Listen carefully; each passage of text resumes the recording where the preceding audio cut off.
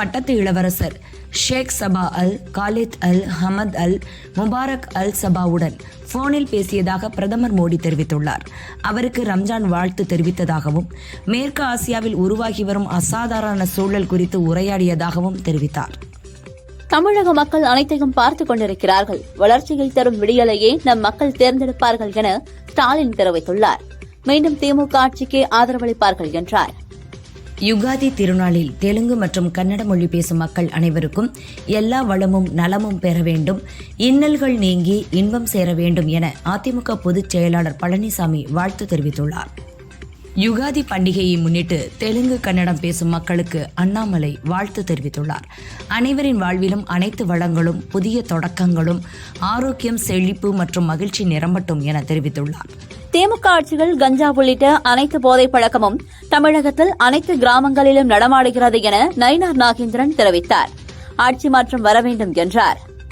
தாவேக சார்பில் மாமல்லபுரத்தில் நடந்த இஃப்தார் நோன்பு திறப்பு நிகழ்ச்சியில் பங்கேற்ற விஜய் இஸ்லாமியர்களுடன் சேர்ந்து நோன்பு திறந்தார். இந்த நிகழ்ச்சியில் ஆனந்த், செங்கோட்டையன் உள்ளிட்டோர் கலந்து கொண்டனர். கூட்டணி பேச்சு குறித்து வதந்திகளை நம்பாதீர்கள், மதச்சார்பற்ற கொள்கையிலிருந்து சமரசம் செய்து கொள்ள மாட்டேன், தாவேக தலைமையில்தான் ஆட்சி அமையும் என இஃப்தார் நோன்பு திறப்பு விழாவில் விஜய் திட்டவட்டமாக தெரிவித்துள்ளார். இஃப்தார் நோன்பில் பங்கேற்கும் விஜய் திருப்பரங்குன்றம் விவகாரத்தில் வாய் திறக்காதது ஏன் என மனிதநேய ஜனநாயக கட்சித் தலைவர் தமிமுன் அன்சாரி கேள்வி எழுப்பியுள்ளார். விஜயை யாரும் கூட்டணிக்கு சேர்த்துக் கொள்ளவில்லை என்றால் அவர் தனித்துத்தானே நிற்க வேண்டும் என முன்னாள் அமைச்சர் ராஜேந்திர பாலாஜி விமர்சித்துள்ளார். நாம் தமிழர் கட்சி மக்களை மட்டுமே நம்பி தேர்தலில் தனித்து நிற்கிறது. கேடுகெட்ட பணநாயகத்தை வீழ்த்தி ஜனநாயகத்தை மலரச் செய்ய களத்தில் நிற்கிறது.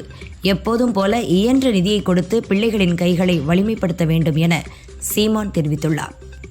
சென்னை கோயம்பேட்டில் உள்ள தலைமை அலுவலகத்தில் வரும் 23ஆம் தேதி தேமுதிக மாவட்ட செயலாளர்கள் கூட்டம் பொதுச் செயலாளர் பிரேமலதா தலைமையில் நடைபெறவுள்ளது. அதிமுக வழக்கறிஞர் அணியைச் சேர்ந்த 150 வழக்கறிஞர்கள் முதல்வர் ஸ்டாலின் முன்னிலையில் திமுகவில் இணைந்தனர். முன்னாள் எம்எல்ஏ மனோஜ் பாண்டியன் ஏற்பாட்டில் நடந்த இந்த நிகழ்ச்சியில் சேகர் பாபு, ஓபிஎஸ் உள்ளிட்டோர் பங்கேற்றனர். பரபரப்பான அரசியல் சூழலுக்கு மத்தியில் சேலம் சூரமங்கலம் ஜங்ஷன் பிரதான சாலையில் உள்ள சத்குரு அப்பா பைத்தியம் சாமி கோயிலில் புதுச்சேரி முதல்வர் ரங்கசாமி தரிசனம் செய்தார். கைத்தட்டல் வாங்குவதற்காக ஒரு நடுகையை கொச்சையாக பேசலாமா? இப்படி பேசி உங்களுடைய மரியாதையை கெடுத்துக்காதீங்க என முன்னாள் அமைச்சர் சி வி சண்முகம் பேச்சுக்கு நடிகர் விஷால் கண்டனம் தெரிவித்துள்ளார். சட்டசபை தேர்தலை முன்னிட்டு ஏப்ரல் 1, 3 மற்றும் 6 ஆகிய 3 நாட்களில் அசாமில் நடைபெறும் பாரதிய ஜனதா கூட்டங்களில் கலந்து கொண்டு மக்களிடம் உரையாற்ற பிரதமர் மோடி திட்டமிட்டுள்ளார். அசாமில் 3வது முறையாக வெற்றி பெற்று ஆட்சியை தக்க வைக்கும் முனைப்பில் பாரதிய ஜனதா பணியாற்றி வருகிறது. என்னை கட்டாயப்படுத்தி காங்கிரஸ் கட்சியுடன் திருமணம் செய்து வைத்தனர். அது மிகவும் கொடுமைப்படுத்திய உறவு என்பதால் நான் விவாகரத்து செய்தேன் என கார்கே பேச்சுக்கு முன்னாள் பிரதமர் தேவகவுடா பதிலளித்துள்ளார். ஹார்மஸ் ஜலசந்தி வழியாக இந்தியா வந்துள்ள 2 எரிவாயு கப்பல்களில் உள்ள 92,700 மெட்ரிக் டன் எல்பிஜி இந்தியாவின் 1.5 நாளின் தேவையை மட்டுமே பூர்த்தி செய்யும் என முன்னாள் மத்திய அமைச்சர் ப. சிதம்பரம் தெரிவித்துள்ளார். ரஷ்யாவிடமிருந்து கச்சா எண்ணெய் வாங்கிக் கொள்ள இந்தியா உள்ளிட்ட பல நாடுகளுக்கு அமெரிக்கா அனுமதி அளித்துள்ள நிலையில் சீனாவுக்கு சென்று கொண்டிருந்த ரஷ்யாவிற்கு சொந்தமான கச்சா எண்ணெய் கப்பல் இந்தியா நோக்கி திரும்பியது. ஈரானுக்கு முதல் கட்டமாக மருந்து பொருட்களை அனுப்பி வைத்த இந்தியாவுக்கு ஈரான் நன்றி தெரிவித்துள்ளது. இந்திய மக்களின் அன்புக்கும் கனிவுக்கும் நன்றி என தெரிவித்தது. இஸ்ரேலின் தாக்குதலில் ஈரானின் உளவுத்துறை அமைச்சர் இஸ்மாயில் கதீப் கொல்லப்பட்டதாக இஸ்ரேல் பாதுகாப்பு அமைச்சகம் அறிவித்துள்ளது. ஈரான் இஸ்ரேல் போரில் நடுவில் சிக்கிக் கொண்டுள்ள லெபனானில் பெண்கள், குழந்தைகள் உட்பட 900க்கும் மேற்பட்டோர் இதுவரை பலியாகியுள்ளனர். அரசியலில் முற்றுப்புள்ளி என்பதே கிடையாது என மாநிலங்களவையில் இருந்து விடைபெறும் உறுப்பினர்களிடையே பிரதமர் மோடி உரையாற்றினார். இந்த பயணத்தில் சில கசப்பான இனிமையான அனுபவங்கள் ஏற்படுவது உண்டு என்றார். தமிழகத்தில் சட்டம் ஒழுங்கு சிறப்பாக இருக்கிறது. சில தனிப்பட்ட குற்றங்களை காரணம் காட்டக்கூடாது என சபாநாயகர் அப்பாவு தெரிவித்தார். திமுகவுக்கு மக்கள் மத்தியில் நல்ல ஆதரவு இருக்கிறது என்றார். கோவை சிந்தாமணிப்புதூர் டோல்கேட் அருகே பறக்கும் படையினர் நடத்திய சோதனையில் ஆவணமின்றி கொண்டுவரப்பட்ட ரூபாய் 37.30 லட்சம் மதிப்பிலான தங்க நகைகள் பறிமுதல் செய்யப்பட்டன. ஆம்னி பஸ்ஸில் எடுத்து வந்தவரிடம் போலீசார் விசாரணை மேற்கொண்டு வருகின்றனர். திமுக தலைமை வளாகம் அருகே கிள்ளியூர் சட்டமன்ற தொகுதி திமுகவினர் கைகலப்பு. நேர்காணலின் போது தனிப்பட்ட விவரம் குறித்து கூறியதற்கு மற்றொரு தரப்பு எதிர்ப்பு. காங்கிரஸ் எம்எல்ஏ ராஜேஷ்குமாரின் கிள்ளியூர் தொகுதியை இம்முறை திமுகவுக்கு ஒதுக்க கோரிக்கை. திமுகவின் 5 ஆண்டுகால ஆட்சியில் வெறும் 5 உதவி பேராசிரியர்களை மட்டுமே நியமித்து உயர்கல்வித்துறையை சீரழித்ததே திமுக அரசின் சாதனை என பாமக தலைவர் அன்புமணி கூறியுள்ளார். நகராட்சி நிர்வாகத்துறையில் பணி நியமன முறைகேடு தொடர்பாக அமலாக்கத்துறை அளித்த புகாரில் முகாந்திரம் மறந்தும் லஞ்ச ஒழிப்புத்துறை யாரை காப்பாற்ற காலதாமதம் செய்கிறது என பாஜக எம்எல்ஏ வானதி கேள்வி எழுப்பியுள்ளார். மக்களின் பேரன்பை பெற்ற ரஜினியை பற்றி ஏளனமாக ஆதவ் அர்ஜுனா பேசியது கண்டனத்திற்கு உரியது என இந்திய கம்யூனிஸ்ட் மாநில செயலாளர் வீரபாண்டியன் தெரிவித்தார். உடல் நலத்தை கூறி அரசியலிலிருந்து விலகுவதாக கூறியதை மறந்து ஆதவ் அர்ஜுனா பேசியுள்ளார் என்றார். நாம் தமிழர் கட்சி தேர்தல் அறிக்கையை சீமான் நாளை சென்னை கிண்டியில் வெளியிடுகிறார். சட்டசபை தேர்தலில் தனித்து போட்டியிடும் நிலையில் நாளை தேர்தல் அறிக்கை வெளியாகிறது. சசிகலாவின் அனைத்திந்திய புரட்சித் தலைவர் மக்கள் முன்னேற்றக் கழகம் சார்பில் சட்டசபை தேர்தலில் போட்டியிட விருப்ப மனு விநியோகம் துவங்கியுள்ளது. தமிழகம், புதுச்சேரி தேர்தலில் போட்டியிட விரும்புவோர் இன்று முதல் மார்ச் 22 வரை விருப்ப மனு அளிக்கலாம் என சசிகலா தெரிவித்துள்ளார். வாக்காளர் அடையாள அட்டை இல்லாதோர் அளிக்க வேண்டிய ஆவணங்களின் விவரத்தை தேர்தல் ஆணையம் வெளியிட்டது. ஆதார், 125 நாள் வேலைத்திட்ட அடையாள அட்டை, வங்கி, அஞ்சலக கணக்கு புத்தகங்கள், ஓட்டுநர் உரிமம், பான் கார்டு, பாஸ்போர்ட் உள்ளிட்டவை அடங்கும். மத்திய பிரதேசத்தில் நடந்த தீ விபத்தில் சிக்கி பலியானவர்களின் உறவினர்களுக்கு பிரதமர் மோடி இரங்கல் தெரிவித்துள்ளார். மேலும் அவர்களின் வாரிசுகளுக்கு தலா ரூபாய் 2 லட்சம், காயமடைந்தவர்களுக்கு தலா ரூபாய் 50,000 வழங்கவும் உத்தரவிட்டார். இஸ்ரேலுக்கான அமெரிக்க தூதர் மைக் ஹக்கபியுடன் நெதன்யாகு உரையாடும் வீடியோ ஒன்று வெளியிடப்பட்டுள்ளது. அதில் மைக் ஹக்கபியின் கேள்விக்கு தான் உயிருடன் இருப்பதாக நெதன்யாகு பதிலளித்துள்ளார். ஈரான் தேசிய பாதுகாப்பு செயலாளர் அலி லர்ஜானியின் படுகொலைக்கு தக்க பதிலடி கொடுக்கப்படும் என ஈரான் தெரிவித்துள்ளது. திமுக சார்பில் சட்டசபை தேர்தலில் போடிநாயக்கனூர் தொகுதிகள் போட்டியிடுவதற்காக விருப்ப மனு கொடுத்த ஓ பன்னீர்செல்வத்தை அண்ணா அறிவாலயத்தில் முதல்வர் ஸ்டாலின் நேர்காணல் செய்தார். மேற்குவங்க முதல்வர் மம்தா பானர்ஜி அடுத்த பிரதமராவது உறுதி. மேற்கு வங்கத்தில் அவர் செய்த பணிகளை கணக்கிட்டால் நாட்டின் எந்தவொரு முதல்வராலும் ஈடுகொடுக்க முடியாது என எம்பி கீர்த்தி ஆசாத் கூறியுள்ளார். தமிழகத்தில் காவல்துறை இருக்குதா இல்லையா என்ற நிலைக்கு மாறிவிட்டது என நயினார் நாகேந்திரன் தெரிவித்தார். முதல்வர் கண்காணிப்பில் காவல்துறையும் இல்லை, டிஜிபியும் இல்லை, டிஜிபி கூட போடவும் முடியலை என்றார். குற்றம் நடந்து பல நாட்கள் கடந்தும் இன்னும் ஒரு குற்றவாளியை கூட கண்டுபிடிக்கவில்லை. இது ஒட்டுமொத்த அரசு இயந்திரத்திற்கே வெட்கக்கேடு. தமிழகத்தில் ஆட்சி மாற்றம் நிகழும். உயிரிழந்த மாணவிக்கு உரிய நீதி கிடைக்கும் என நயினார் நாகேந்திரன் கூறியுள்ளார். தரணியில் பெண்களின் புகழை உயர்த்தும் நிலைப்பாட்டில் தாவேகா இருக்கிறது. மாற்றுக் கட்சியினர் பெண்களை இழிவுபடுத்தும் செயலை இனியாவது தவிர்க்க வேண்டும் என தாவேகா நிர்வாகி குப்பா கிருஷ்ணன் கூறியுள்ளார்.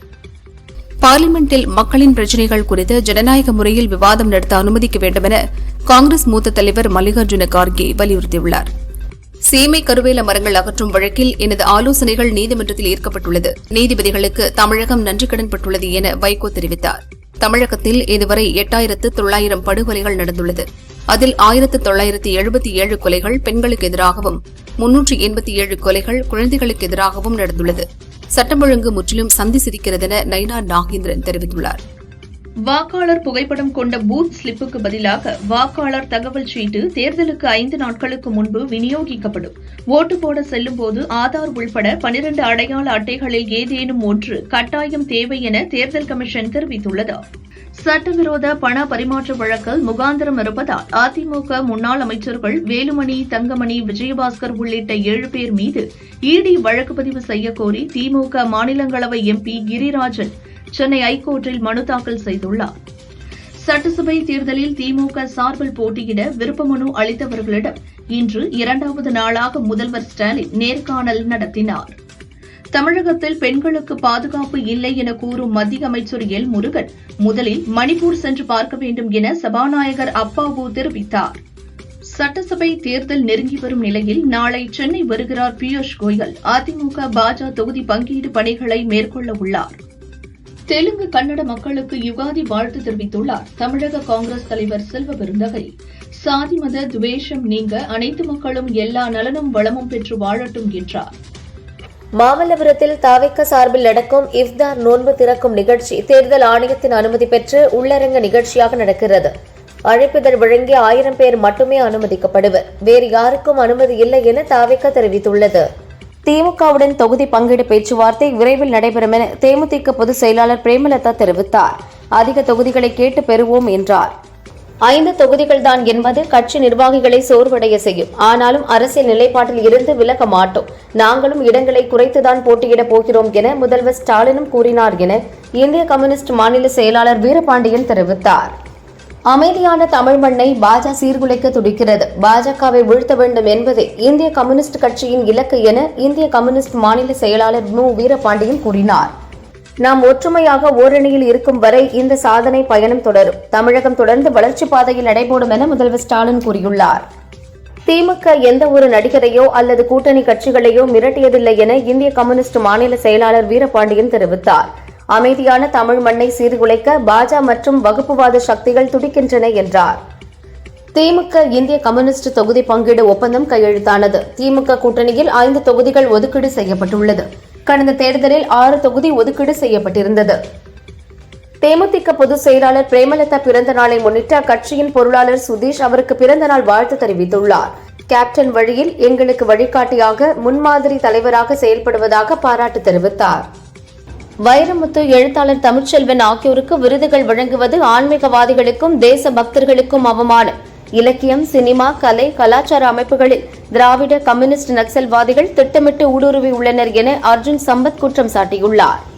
கரூர் சம்பவம் தொடர்பாக சிபிஐ நடத்திய விசாரணையால் எனக்கு எந்த அழுத்தமும் இல்லை என முன்னாள் அமைச்சர் செந்தில் பாலாஜி கூறினார்.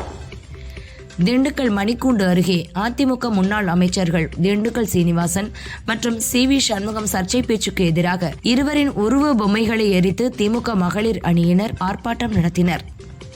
சூர்யா நடிப்பில் ஆர்.ஜி. பாலாஜி இயக்கத்தில் உருவாகியுள்ள கருப்பு திரைப்படம் மே 14 ரிலீஸ் ஆகும் என படக்குழு அறிவித்துள்ளது. பிரதீப் ரங்கநாதன் நடிப்பில் விக்னேஷ் சிவன் இயக்கியுள்ள லவ் இன்சூரன்ஸ் கம்பெனி திரைப்படம் ஏப்ரல் 3 வெளியாகும் என படக்குழு அறிவித்துள்ளது. கிருதி ஷெட்டி நாயகியாக நடிக்கும் இந்த படத்திற்கு அனிருத் இசையமைத்துள்ளார். மேலும் இந்த படம் சம்மர் வெக்கேஷன் ரிலீஸ் ஆக திட்டமிடப்பட்டுள்ளது. இந்தியாவில் MS தோனிக்கு ஒரு பிரதமருக்கு உண்டான பாதுகாப்பு வழங்கப்படுகிறது. அவர் இந்தியா முழுவதும் எங்கு சென்றாலும் அவருக்கு பாதுகாப்பு வழங்க உண்மையான ஒரு ஆர்மி இருக்கிறது என இங்கிலாந்து முன்னாள் கேப்டன் மைக்கேல் வாகன் தெரிவித்துள்ளார். திருப்பூர் ரயில் நிலையத்தில் போதைப்பொருள் தடுப்பு பிரிவு போலீசார் நடத்திய சோதனையில் 58 கிராம் ஹெராயின் பறிமுதல் செய்யப்பட்டது. ஹெராயினை வைத்திருந்த நாகாலாந்தைச் சேர்ந்த சந்தன் யாதவ் என்பவரை போலீசார் கைது செய்து விசாரிக்கின்றனர்.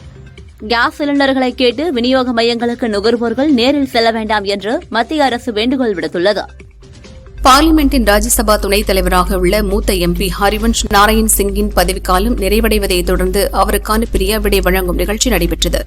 பிரதமர் நரேந்திர மோடி, ராஜ்யசபா எதிர்க்கட்சித் தலைவர் மல்லிகார்ஜுன கார்கே உள்ளிட்ட பல்வேறு மூத்த MPக்கள் கலந்து கொண்டனர். பார்லிமெண்ட் அவைகள் நடைமுறை விதிகள் மற்றும் அலுவல் நடத்தை விதிகளை மறு ஆய்வு செய்ய வேண்டும். முக்கியத்துவம் வாய்ந்த விவகாரங்கள், பிரச்சினைகளை அவைகள் விவாதிக்கப்படுவதை உறுதி செய்ய வேண்டும் என மல்லிகார்ஜுன கார்கே கோரிக்கை விடுத்தார். ஐக்கிய அரபு அமீரகத்திலிருந்து 80,886 மெட்ரிக் டன் கச்சா எண்ணெயுடன் புறப்பட்ட ஜக் லாட்கி என்ற கப்பல் குஜராத் துறைமுகம் வந்தடைந்தது. ராஜ்யசபாவின் அவை நடைமுறை விதிகள் மற்றும் அலுவல் நடத்தை விதிகளை மறு ஆய்வு செய்ய வேண்டும் என காங்கிரஸ் MP மல்லிகார்ஜுன கார்கே வலியுறுத்தியுள்ளார். ஒவ்வொரு முட்டை மீதும் உற்பத்தி மற்றும் காலாவதி தேதியை கட்டாயம் குறிப்பிட வேண்டும் என உத்தரப்பிரதேச அரசு உத்தரவிட்டுள்ளது. அப்படி குறிப்பிடாவிட்டால் அந்த முட்டை நுகர்வோருக்கு உகந்தது அல்ல என நிராகரிக்கப்படும் என தெரிவித்துள்ளது. ரயில்வே துறைக்கு தமிழகம், மேற்கு வங்கம் ஒத்துழைப்பதில்லை. நிலம் கையகப்படுத்துதல் உள்ளிட்ட பணிகளுக்கு ஒத்துழைப்பு வழங்காததே வளர்ச்சி ஏற்படாததற்கு காரணம் என திமுக MP கலாநிதி வீராசாமி கேள்விக்கு மத்திய அமைச்சர் அஸ்வினி வைஷ்ணவ் பதில் அளித்தார். மத்திய பிரதேசத்தின் இந்தூரில் உள்ள ஒரு குடியிருப்பில் ஏற்பட்ட தீ விபத்தில் 7 பேர் உடல் கருகி பலியானார்கள். தீ விபத்துக்கான காரணம் குறித்து விசாரணை நடக்கிறது. ஐக்கிய அரபு அமீரகத்தின் அதிபர் ஷேக் முகமது பின் சையத் அல் நஹ்யான் உடன் பிரதமர் மோடி தொலைபேசியில் பேசினார். அமெரிக்கம் மீதான தாக்குதலுக்கு கண்டனம் தெரிவித்த அவர், மேற்காசியாவில் அமைதியை நிலைநாட்ட இந்தியா முழு ஒத்துழைப்பு வழங்கும் என உறுதியளித்தார். திருச்செந்தூர் சுப்பிரமணிய சுவாமி கோவிலில் கடல் சுமார் 100 அடி உள்வாங்கியது. பச்சை நிற பாசி படிந்த பாறைகள் வெளியே தெரிந்தது. பக்தர்கள் ஆச்சரியத்துடன் பார்த்து செல்ஃபி எடுத்தனர். காரைக்குடி மீனாட்சிபுரம் முத்துமாரியம்மன் கோயில் மாசி பங்குனி திருவிழா கடந்த 10ஆம் தேதி கொடியேற்றத்துடன் துவங்கியது. விழாவை முன்னிட்டு இன்று லட்சக்கணக்கான பக்தர்கள் பால்குடம், தீச்சட்டி எடுத்தும் தீ மிதித்தும் நேர்த்திக்கடன் செலுத்தினர். காஞ்சிபுரம் எதோத்தக்காரி பெருமாள் கோயிலில் பங்குனி மாத பிரம்மோற்சவத்தின் 7வது நாளான இன்று தேரோட்டம் விமரிசையாக நடைபெற்றது. திரளான பக்தர்கள் கலந்து கொண்டு தேரினை வடம் பிடித்து இழுத்து சுவாமி தரிசனம் செய்தனர். தேனி ஸ்ரீ வரதராஜ பெருமாள் கோயிலில் 83ஆம் ஆண்டு ராமநவமி பிரம்மோற்சவத்தை முன்னிட்டு கொடியேற்றும் நிகழ்ச்சி விமர்சையாக நடந்தது. திருச்சி திருவானைக்கோவில் ஜம்புகேஸ்வரர் கோயில் பங்குனி பிரம்மோற்சவம் 3ஆம் நாள் நிகழ்ச்சியில் சுவாமி பூத வாகனத்திலும் அம்பாள் காமதேனு வாகனத்திலும் எழுந்தருளி வீதியுலா வந்தனர். தமிழகம் முழுவதும் தேர்தல் பறக்கும் படையினரால் ரூபாய் 42.65 லட்சம் கோடி மதிப்பிலான பணம், மதுபானம், பொருட்கள் உள்ளிட்டவை பறிமுதல் செய்யப்பட்டுள்ளதாக தமிழக தலைமை தேர்தல் அதிகாரி அர்ச்சனா பட்நாயக் தெரிவித்துள்ளார். விளாத்திக்குளத்தில் பாலியல் வன்கொடுமை செய்து கொலை செய்யப்பட்ட +2 மாணவியின் குடும்பத்தினருக்கு தமிழக பாரதிய ஜனதா தலைவர் நைனா நாகேந்திரன் நேரில் சென்று ஆறுதல் கூறினார்.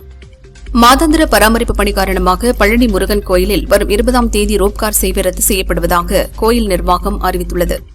திருப்பூர் கலெக்டர் அலுவலகத்தில் வெள்ளிக்கிழமை தோறும் நடைபெறும் மாற்றுத்திறனாளிகள் பதிவு முகாம் தேர்தல் அறிவிப்பு காரணமாக நிறுத்தி வைக்கப்படுவதாக அறிவிக்கப்பட்டுள்ளது. தமிழகம் முழுவதும் உள்ள சீமை கருவேல மரங்களை அகற்ற உயர்நீதிமன்ற மதுரை கிளை உத்தரவிட்டுள்ளது. வட மாவட்டங்களுக்கு ஓய்வு பெற்ற நீதிபதி பாரதிதாசன், தென் மாவட்டங்களுக்கு ஓய்வு பெற்ற நீதிபதி ஏ. செல்வம் கண்காணிப்பில் சீமை கருவேல மரங்கள் அகற்றும் பணி நடைபெறவுள்ளது. மார்ச் 21, 22 ஆகிய நாட்களில் தமிழகம், புதுச்சேரியில் மிதமான மழைக்கு வாய்ப்பு உள்ளது என வானிலை ஆய்வு மையம் தெரிவித்துள்ளது. 23, 24 மேற்கு தொடர்ச்சி மலையொட்டியுள்ள மாவட்டங்களில் மழை பெய்ய வாய்ப்பு என கூறியுள்ளது. கடலோர தமிழகத்தில் ஓரிரு இடங்களிலும் புதுச்சேரி மற்றும் காரைக்காலிலும் வரும் 20ஆம் தேதி இடி மின்னலுடன் கூடிய லேசானது முதல் மிதமான மழைக்கு வாய்ப்புள்ளதாகவும் உள் தமிழகத்தில் வறண்ட வானிலை நிலவக்கூடும் எனவும் வானிலை மையம் தெரிவித்துள்ளது. காங்கிரஸ் திமுக கூட்டணியில் தொகுதி உடன்படிக்கை ஏற்படாத பட்சத்தில் 30 தொகுதிகளிலும் திமுகவினர் மனு தாக்கல் செய்து வருகின்றனர்.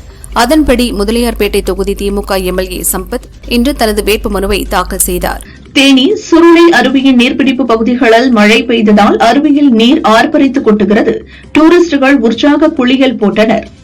நேபாளத்தில் ஆன்மீக சுற்றுலா சென்றுவிட்டு திரும்பியபோது ஏற்பட்ட பஸ் விபத்தில் சிக்கி 7 பேர் பலியாகினர். 7 பேரில் 3 பேரின் உடல் விமானம் மூலம் சென்னை கொண்டுவரப்பட்டது.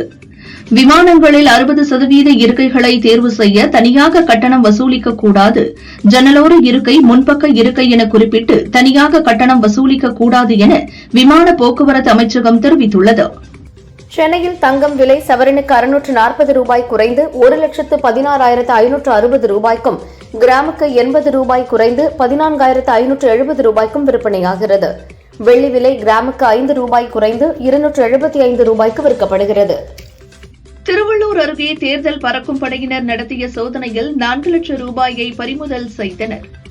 திருச்சி மாவட்டம் கண்ணனூர் அரசு ஆரம்ப சுகாதார நிலையத்தில் டாக்டர் இல்லாததால் 4 வயது சிறுவன் பலியாகியுள்ளார். திமுக அரசின் நிர்வாக திறனின்மையால் அப்பாவி குழந்தையின் உயிர் பறிக்கப்படுவது இனி என்றும் நேரக்கூடாது என நைனா நாகேந்திரன் கூறியுள்ளார். தமிழகம் முழுதும் அரசு பள்ளிகளில் நடக்கும் ஆண்டு விழாவில் நடிகர் விஜய் திரைப்பட பாடல்களை ஒளிபரப்பக்கூடாது என தலைமை ஆசிரியர்களுக்கு அறிவுறுத்தப்பட்டுள்ளது. ஆய்வுக்குழு ஒப்புதலுக்கு பிறகே தேர்தல் கமிஷனின் ஒப்புதலுக்காக அரசாணைகளை அனுப்ப வேண்டும் என தமிழக தலைமை செயலாளர் முருகானந்தம் உத்தரவிட்டுள்ளார். கோவை குனியமுத்தூரில் பழைய கார் உதிரிபாக குடோனிலிருந்து 100 கிலோ கஞ்சாவை போலீசார் பறிமுதல் செய்தனர். கஞ்சாவை பதுக்கிய அப்பாஸ், ஜெனி ஜேக்கப், ரூபன் மற்றும் நௌஃபில் ஆகிய 4 பேரை கைது செய்து விசாரிக்கின்றனர். ஓசூர் அருகே பட்டிகானப்பள்ளி என்ற கிராமத்தைச் சேர்ந்தவர் லோகேஷ். கார் டிரைவரான இவரை முன்விரோதம் காரணமாக மர்ம நபர்கள் வெட்டி கொலை செய்தனர். பாகலூர் போலீசார் கொலையாளிகளை தேடுகின்றனர். அமெரிக்காவில் சட்டவிரோதமாக தங்கியிருக்கும் இந்தியா, சீனா உள்ளிட்ட வெளிநாட்டினர் தாங்களாகவே வெளியேறினால் அவர்களுக்கு தேவையான விமான டிக்கெட்டும் ரூபாய் 2.42 லட்சம் எக்ஸிட் போனஸாக வழங்கப்படும் எனவும் அமெரிக்க உள்நாட்டு பாதுகாப்புத்துறை அறிவித்துள்ளது. ஈரான் மீது அமெரிக்கா போர் தொடுத்ததற்கு எதிர்ப்பு தெரிவித்து அமெரிக்க பயங்கரவாத எதிர்ப்பு மைய இயக்குநர் ஜோ கென்ட் தனது பதவியை ராஜினாமா செய்தார். நைஜீரியாவின் போர்னோ மாநிலத்தின் மைடுகுரியில் உள்ள சந்தையில் நடந்த தற்கொலைப்படை தாக்குதலில் 23 பேர் பலியானார்கள், 108 பேர் படுகாயமடைந்தனர். வடகொரியாவில் நடந்த பார்லிமெண்ட் தேர்தலில் 99.93% ஓட்டுகளுடன் கிம் ஜாங் உன் கட்சி வெற்றி பெற்றுள்ளது. வழக்கத்துக்கு மாறாக 0.07% பேர் எதிராக ஓட்டளித்துள்ளனர். ஹார்முஸ் ஜலசந்தியை பாதுகாக்க உதவுமாறு அமெரிக்கா விடுத்த கோரிக்கைகளை பல நாடுகள் நிராகரித்தன. இதுபற்றி பேசிய ட்ரம்ப், எங்களுக்கு யாரும் தேவையில்லை, ஹார்முஸ் ஜலசந்தியை மீட்கும் பணியை நாம் சிறப்பாக செய்வோம் என கூறியுள்ளார்.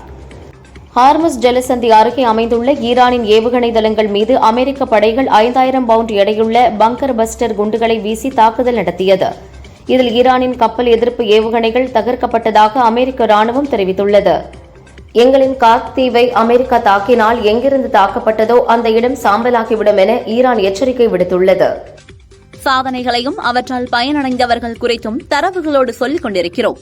மறுபுறம் சொல்வதற்கு சாதனைகளும் செயல்படுவதற்கு கொள்கைகளும் இல்லாதவர்கள் ஆபாசங்களையும் அவதூறுகளையும் அள்ளி இறைத்துக் கொண்டிருக்கின்றனர் என முதல்வர் ஸ்டாலின் தெரிவித்துள்ளார். பிரேம் இயக்கத்தில் கன்னடத்தில் துருவ் சர்ஜா நடிப்பில் உருவாகியுள்ள படம் கேடி தி டெவில். இதில் சஞ்சய் தத், நோரா பதேகி ஆடிய குத்தாட்ட பாடலை 5 மொழிகளில் வெளியிட்டனர். ஹிந்தி பதிப்பான சர்க்கே சுனார் பாடலில் ஆபாசமான வரிகள் இருப்பதாக கூறி எதிர்ப்புகள் கிளம்பின. இதையடுத்து மத்திய செய்தி ஒலிபரப்புத்துறை அமைச்சகத்தின் அறிவுறுத்தல்படி ஹிந்தி பாடலை மட்டும் அனைத்து தளங்களில் இருந்தும் நீக்கிவிட்டனர். விஜயின் ஜனநாயகன் படம் சென்சார் பிரச்சினையில் சிக்கியுள்ளது. மார்ச் 9 படத்தை மறுதணிக்கை செய்ய இருந்தனர். தணிக்கை குழுவில் ஒருவருக்கு உடல்நல பிரச்சினை ஏற்பட ரத்தானது. நேற்று மீண்டும் மறுதணிக்கை நடக்க இருக்கும் என்றனர். நடக்கவில்லை. தமிழகத்தில் தேர்தல் நடத்தை விதி அமலில் உள்ளது. இது தாவேகா தலைவர் விஜய் நடித்துள்ள படம் என்பதால் தேர்தல் கமிஷன் படத்தை பார்க்க வேண்டுமா? அவர்கள் பார்த்துவிட்டு தடையில்லா சான்றிதழ் கொடுத்தால் மட்டுமே தணிக்கை தரப்பில் இருந்தும் சான்றிதழ் கிடைக்குமா? இப்படி அடுத்தடுத்த சிக்கலால் படக்குழு தவிக்கிறது. ஜெயிலர் 2வில் நடித்து வரும் ரஜினி அடுத்து சிபி சக்கரவர்த்தி இயக்கத்தில் நடிக்கவுள்ளார். இந்த படத்திற்காக நடிகர்கள் தேர்வு நடக்கிறது. நடிகைகள் சோபனா இதில் நடிக்கப் போகிறாராம். ஏற்கனவே ரஜினியுடன் சிவா, தளபதி, கோச்சரையான் படங்களில் நடித்தவர் மீண்டும் இப்படத்தில் அவருடன் இணைகிறார். என்னுடைய வேலையை மனதார செய்து கொண்டிருக்கிறேன். ஆனால் சிலர் தேவையற்ற விமர்சனங்களையும் கெட்ட கருத்துக்களையும் பகிர்கிறார்கள். அந்த நெகட்டிவ் கமெண்ட்ஸ் என் மன அமைதியை குலைக்கிறது.